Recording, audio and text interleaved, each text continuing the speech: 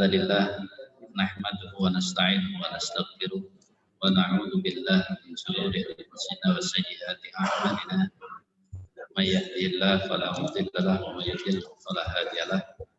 Asyhadu an la ilaha illallah wahdahu la syarika lah wa asyhadu anna Muhammadan abduhu wa rasuluhu alladzi la nabiyya wa la rasula ba'dah.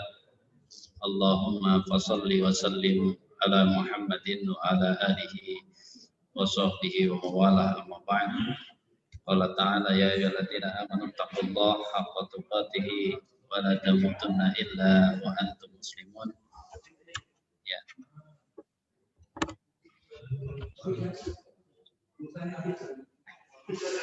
Ya, ternyata power ininya kurang.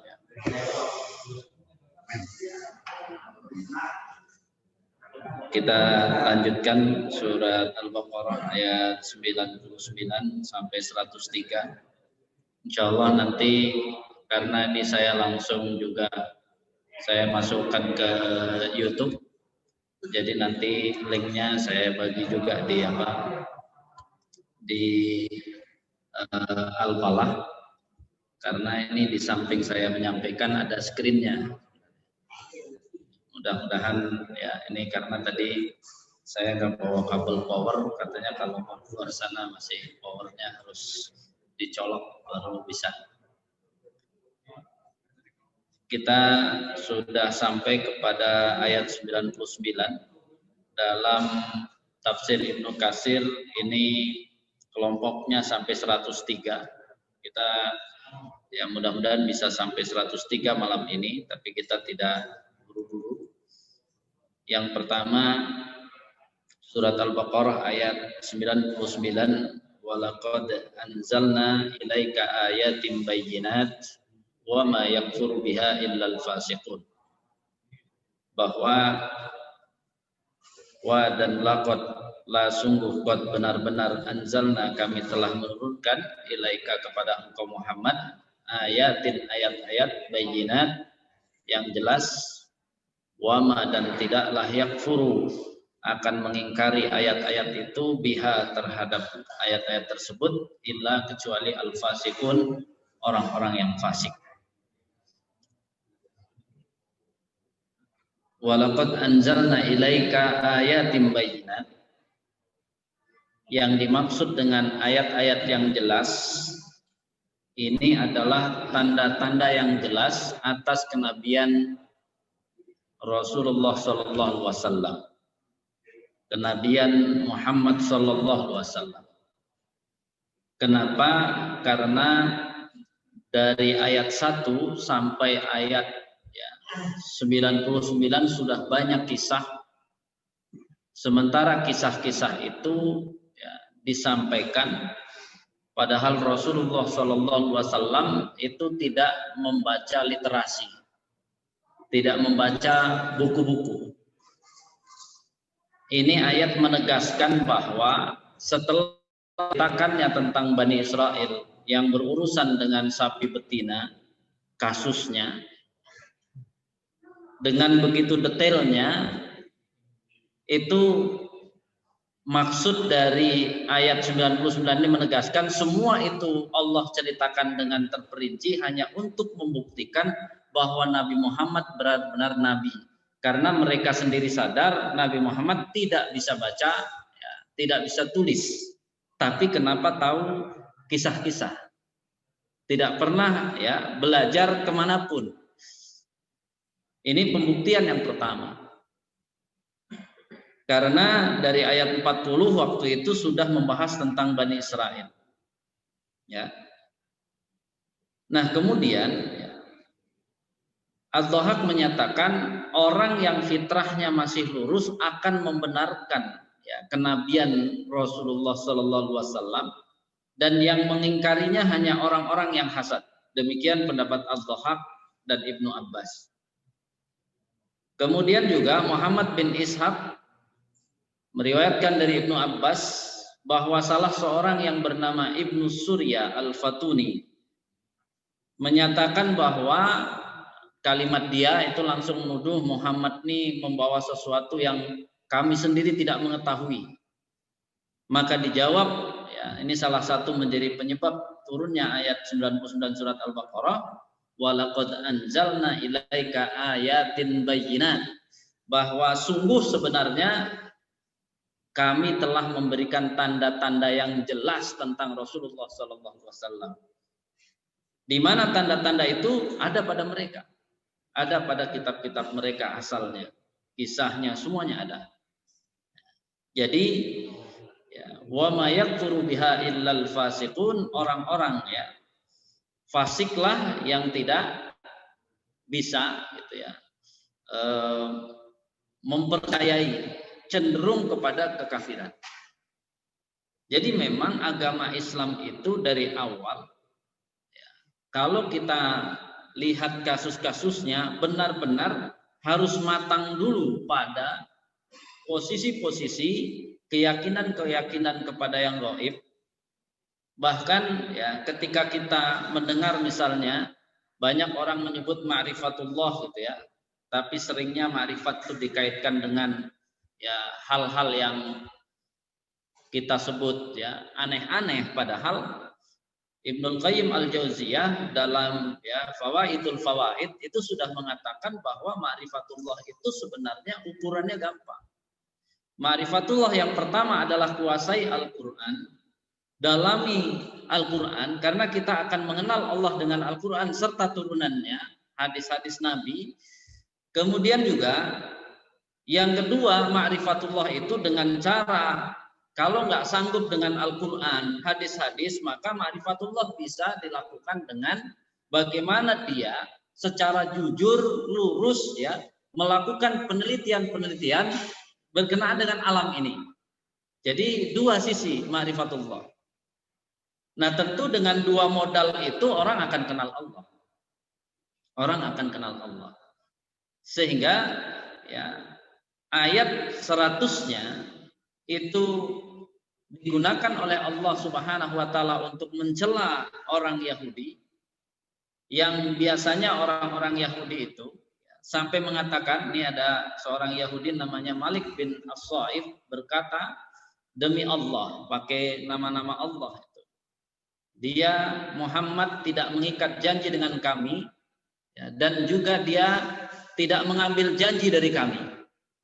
Maka oleh Allah dijawab, awakullama ahadu ahdan, apakah mereka itu orang-orang yang apabila ya, ada perjanjian dengan mereka, sebuah perjanjian, nabadahu fariqum minhum, sebagian mereka akan membuang perjanjian tersebut, bal aksaruhum la yu'minun, sebagian besar mereka tidak beriman. Demikian As-Sudi mengatakan ya bahwa mereka itu ketika didata memang rata-rata tidak beriman, sedikit sekali yang beriman ya.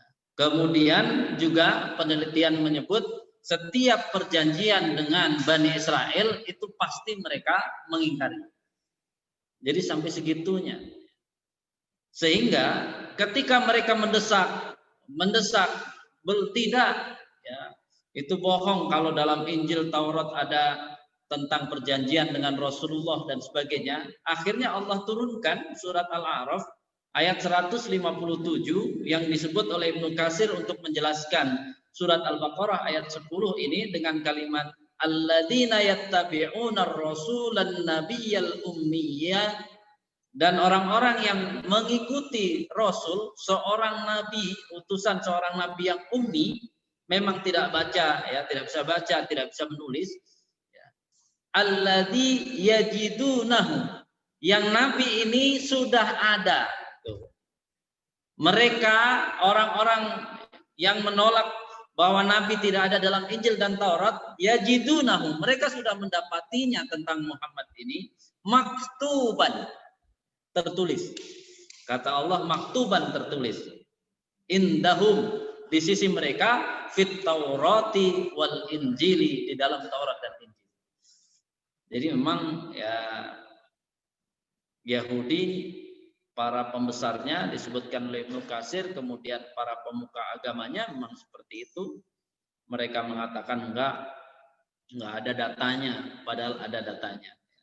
Ini menunjukkan bahwa ya, apa yang dilakukan ya oleh sahabat-sahabat Nabi dengan meyakini ya Rasulullah dengan segala resiko, ya, bahkan resiko-resiko itu sudah biasa, sebagaimana kalau Nabi Nuh itu kan dituduh sebagai ummatun yatatahharun gitu ya. Ketika Nabi Lut, nah ketika Nabi Lut itu menolak ya, tentang sesuatu yang tadi ya, pokoknya dia itu kalian nih melakukan perbuatan yang tidak benar. Itu sudah ada kalimat di Al-Qur'an tuh ummatun yatatahharun, kalau diterjemahkan bahasa sekarang adalah sok suci. Jadi udah biasa, Pak. Jadi dari sejak Nabi Lut, orang yang mendustakan agama itu mengatakan yang taat dengan kata-kata sok suci. Makanya kalau kita dibilang sok suci, nah lumayan tuh Pak, itu kalimat ya kaum Nabi Lut terhadap Nabi Lut. Jadi kalau Bapak dituduh sok suci, ya nggak apa-apalah kalau sok suci. Daripada sok kafir, dia kan sok kafir berarti kan. Ya, gitu ya. Sok mendustakan ayat-ayat Allah. Jangan sok suci lah gitu ya. Gimana sok suci itu? Susah. Padahal kita cuma ya mengikuti kebenaran. Kemudian ya, walamma ja'ahum rasulun min indillah musaddiqul lima ma'ahum nabadha fariqum minal ladina utul kitaballah wara'a dhuhurihim ka'annahum la ya'lamun. Ayat 101-nya menyatakan ketika setiap datang kepada Rasulullah itu kebenaran ya. Jadi Al-Qur'an benar, semua benar. Mereka kan mengatakan tidak ada dalam Taurat, tapi dijawab oleh ayat ada dalam Taurat. Sehingga apa? Karena cara mereka berdebat dengan Taurat itu ternyata kalah, maka ya udahlah nggak usah pakai Taurat. Nah, itulah hebatnya mereka. Kalau sudah ya kalah, bawa data kalah, akhirnya datanya dibuang. Setelah mereka membantah bahwa tidak ada nabi dalam ya keterangan Muhammad dalam Taurat, lalu dibantah oleh ayat tadi, maka akhirnya ya mereka membuang Taurat. Kemudian lucunya setelah mereka membuang Taurat, mereka mempelajari dan mengikuti kitab Asif bin Barkhiyah dan juga kitab sihir Harut Marut, ditulis oleh mereka. Kitab sihir Harut Marut. Ya, pengikut ini salah satunya adalah nanti Labid bin Al-A'sam yang dijelaskan kasus yang menyihir Rasulullah SAW. Sihirnya berupa tenung yang mengambil ya, rambut Rasulullah, kemudian kapas, kemudian mayang kurma kering yang diletakkan di dinding sumur ya, Arwan nama sumurnya. Yaitu kasus yang menimpa Rasulullah SAW dengan sihir tersebut. Nah, dari sini sebenarnya ini kan ayat 101 ini menunjukkan mereka meninggalkan Taurat tapi dalam kehidupannya mereka percaya dengan sihir-sihir. Makanya jangan heran mereka pasti perdukunan, klinik itu nyambung ya, itu ya. Itu yang saat ini digandrungi oleh mereka seperti itu sehingga apa? Ya, mereka sudah biasa itu menggunakan sihir dan terus sehingga dari sini kita baru nyambung karena nanti di dalam surat Al-Baqarah ayat 102 itu kan diawali dengan kalimat wattaba'u ma tatlu syayatina ala mulki Sulaiman wa ma kafara Sulaiman walakinna syayatina kafaru yu'allimuna an-nasa sihra. Itu jelas dari ayat 101 itu setelah mereka adu argumen dengan Taurat kalah dengan data-data yang dimiliki oleh Rasulullah, mereka ternyata setelah itu melancarkan sihir kepada Rasulullah SAW dengan belajar sihir, lalu dengan enaknya mereka mengatakan dari mana kamu dapat sihir? Ya, diajarkan Nabi Sulaiman. Luar biasa mereka mengatakan itu. Ya, kurang ajar memang mereka ya.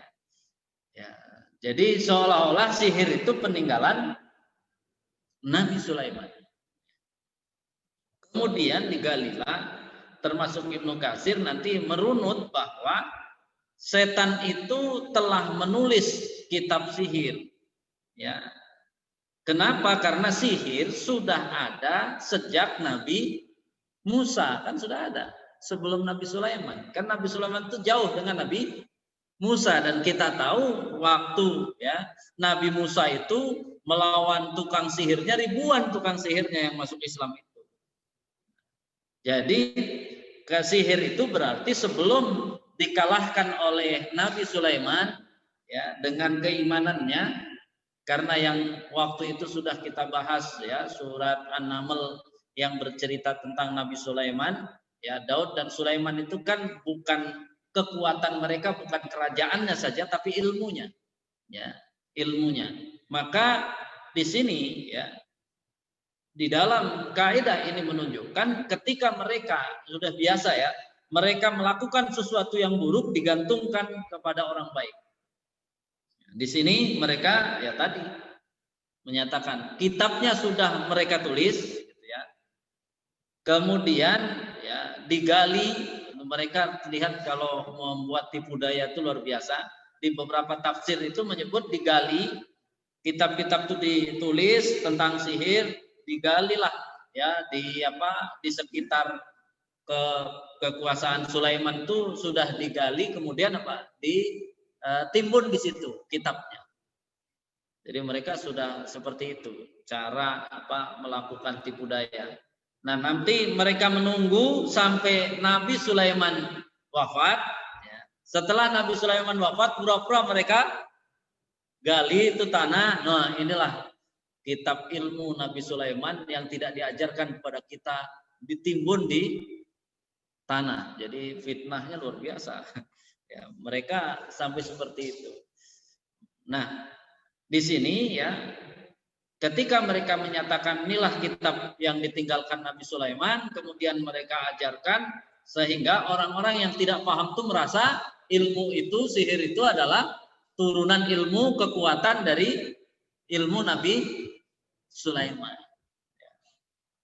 Jadi segitunya mereka membuat ya keburukan-keburukan ya, agak mirip lah sekarang kalau menuduh masjid melahirkan teroris itu juga sama gitu ya.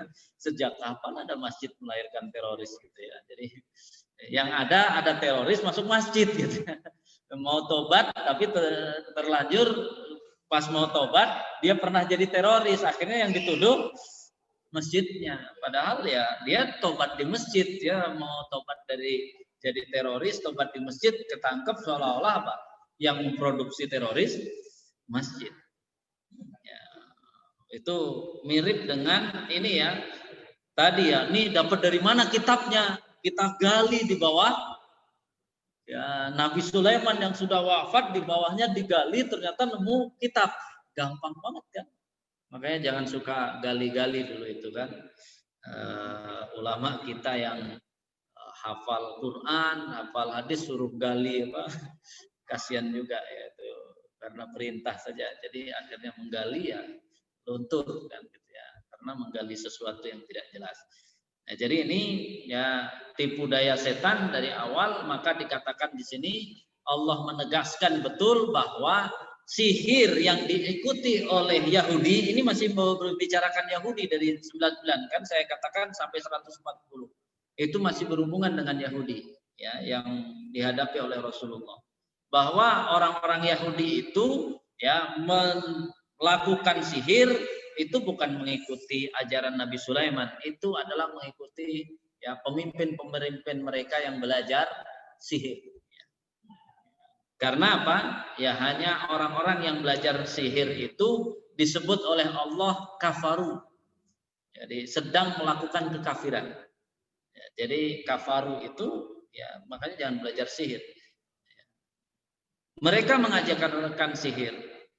Kemudian ya di sini di ayat ini ya disebutkan asal muasal sihir itu dikatakan dulu di sini wa ma unzila alal malakaini bi babila Harut wa Marut. Ini ada yang menyebut waktu itu ya mereka ya diberikan pengajaran ilmu yang seperti ini. Beberapa tafsir mengatakan asalnya diajarkan untuk menangkal sihir, tapi tetap berbahaya. Karena ya hal-hal yang sifatnya seperti itu tuh selalu berbahaya. Lalu waktu itu dikatakan wa ma yu'allimani min ahadin, tidaklah dua orang yang Allah utus untuk mengajar itu kecuali sebelum mengajar dia akan mengatakan innama nahnu fitnatun fala takfur. Sebenarnya ilmu seperti itu akan menjadi ujian yang berat yang akan cepat menghantarkan kekafiran lah gitu. Ilmu-ilmu yang ya tadilah bisa terbang, bisa apa itu kalau dipelajari cepat ya, cepat kafirnya bukan cepat sakti. Kemudian fayata'allamuna minhuma ma yufarriquna bihi bainal mar'i wa zawji. Sihir itu rata-rata digunakannya manfaatnya adalah memisahkan seseorang dengan pasangannya. Makanya jelas tuh. Ya. Terakhir kan kita waktu tahun berapa audiensi sama DPRD, kita bawa kawan-kawan kita, yang kawan-kawan kita sudah bergerak di lapangan, mereka meruqyah, termasuk yang dikeruqyah itu adalah orang yang tadi laki-laki suka dengan laki-laki. Ya. Itu pas diruqyah langsung dia serahkan, ya rajahnya pas ditanya apa ini? Ini pelet, coba pelet agar laki-laki ya suka laki-laki ya, hati-hati Pak Joni. Jadi kalau ada yang lirik-lirik senyum-senyum lah, ya, waduh sampai segitu ya. Jadi pokoknya yang jelek-jelek itu bisa dengan sihir, yang jelek-jelek kan gitu ya. Maka di sini Allah Subhanahu Wa Taala mengatakan wa ma hum bidzarina bihi min ahadin illa biiznillah. Kunci kita, nih hampir mirip menghadapi ini nih, corona nih. Menghadapi sihir itu tidak boleh menggunakan pola pikir sihir, tidak boleh. Tapi di sini dikatakan wa ma hum bidzarrina, dan tidaklah hasil dari sihir itu akan memberikan bahaya mudarat min ahadin kepada siapapun illa biiznillah, kecuali atas izin Allah. Jadi mau rencana orang seperti apa itu terjadi berarti ada izin Allah terjadi. Kalau nggak atas izin Allah tidak akan terjadi. Artinya ya seorang perampok tidak akan bisa merampok kecuali diizinkan oleh Allah. Makanya obrolan kita itu kurang ya, nilai keimanannya kurang.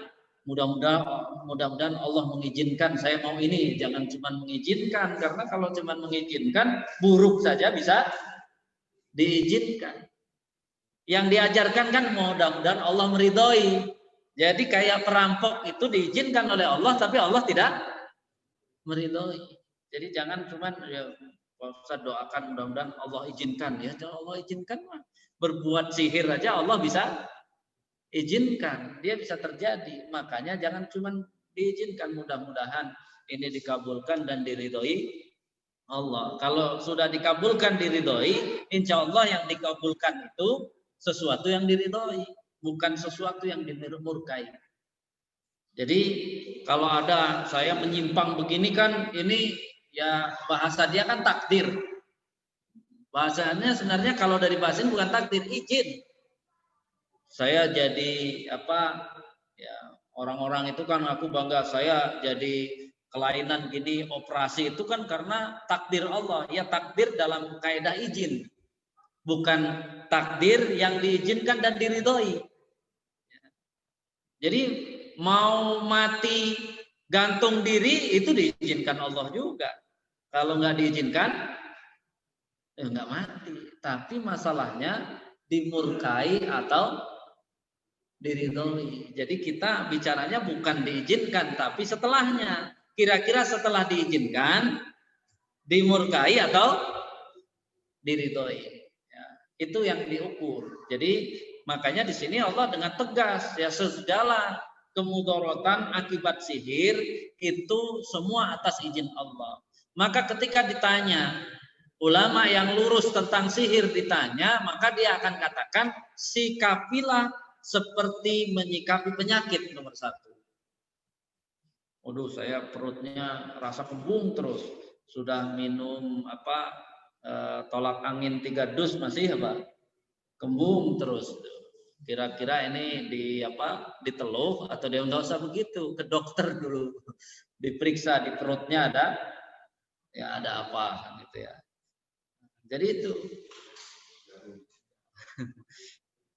Jadi itu yang duluan kan gitu ya.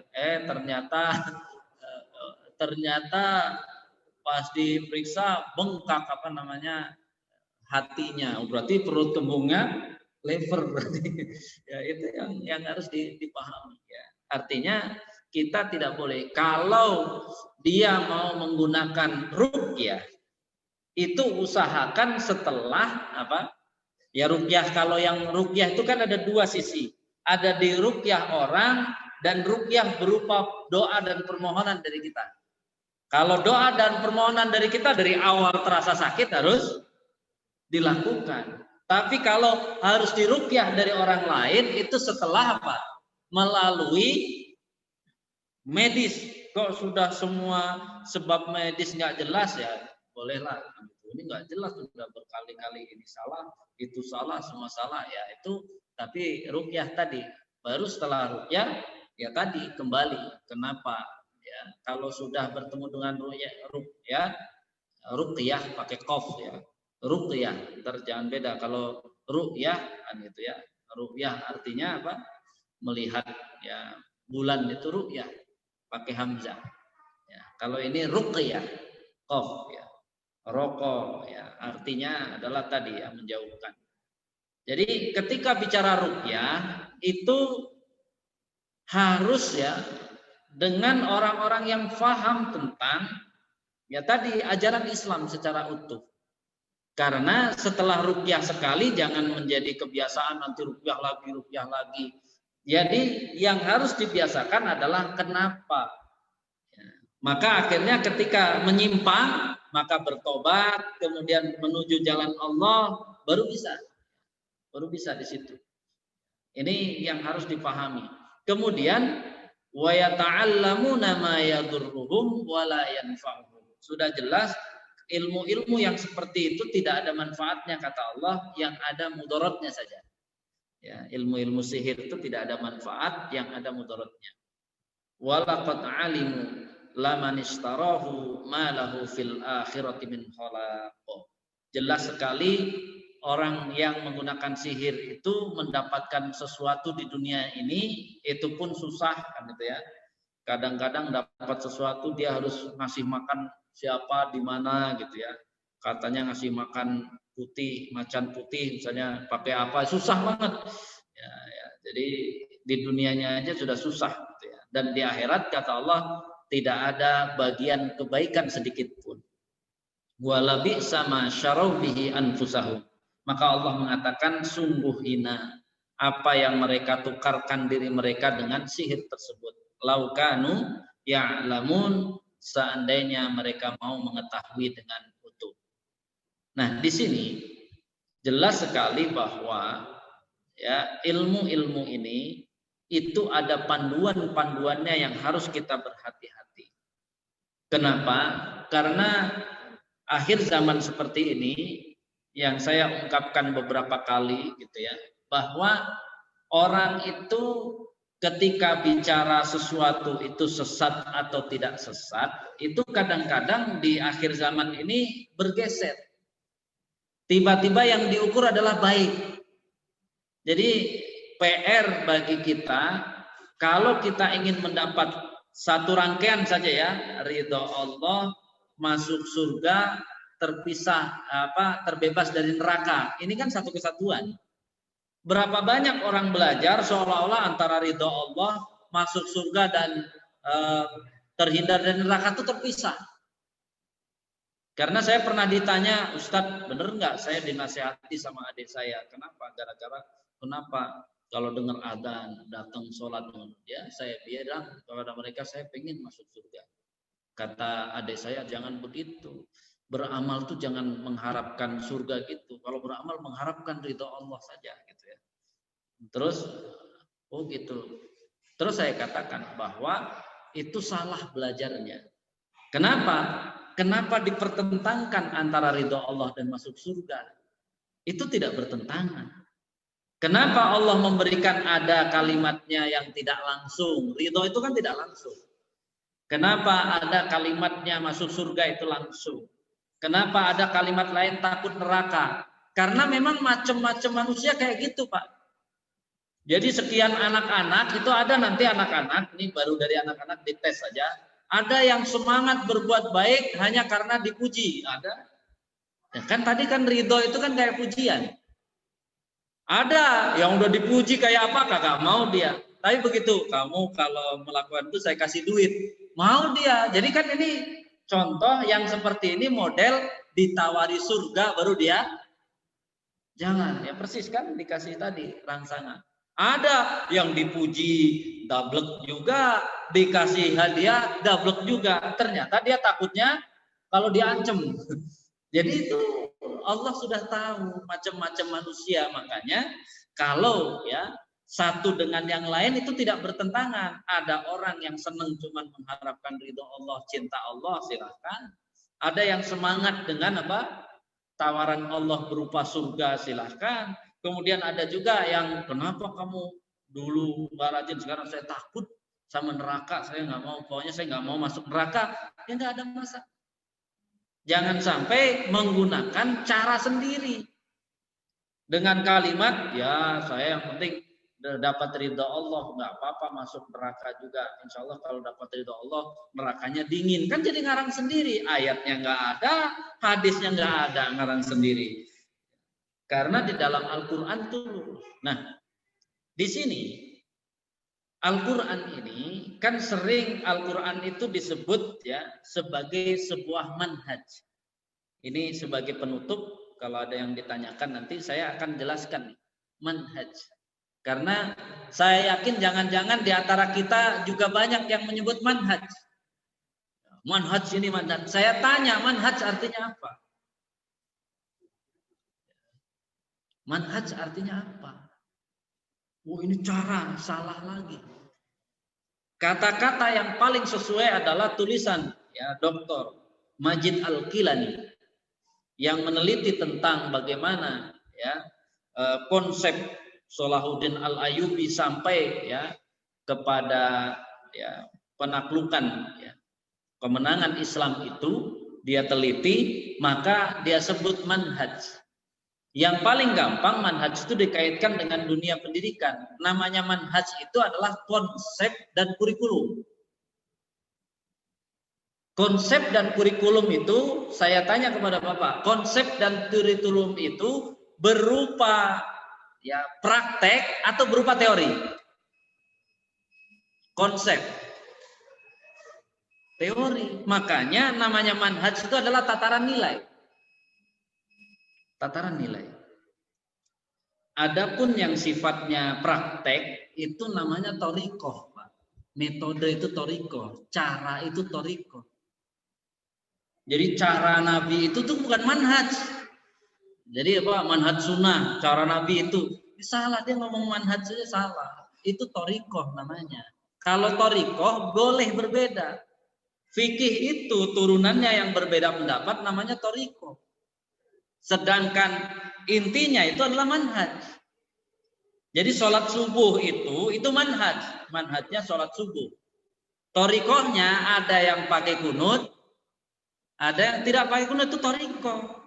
Jadi saat ini orang banyak ngomong manhaj, guru yang ngomong manhaj, jangan-jangan kalau dicecer ngerti nggak arti manhaj?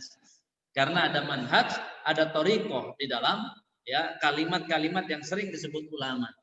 Ya, jadi ini yang harus dipahami bahwa ayat-ayat Al-Quran itu nanti menjadi manhaj karena apa? Manhaj itu nilai yang menyatukan.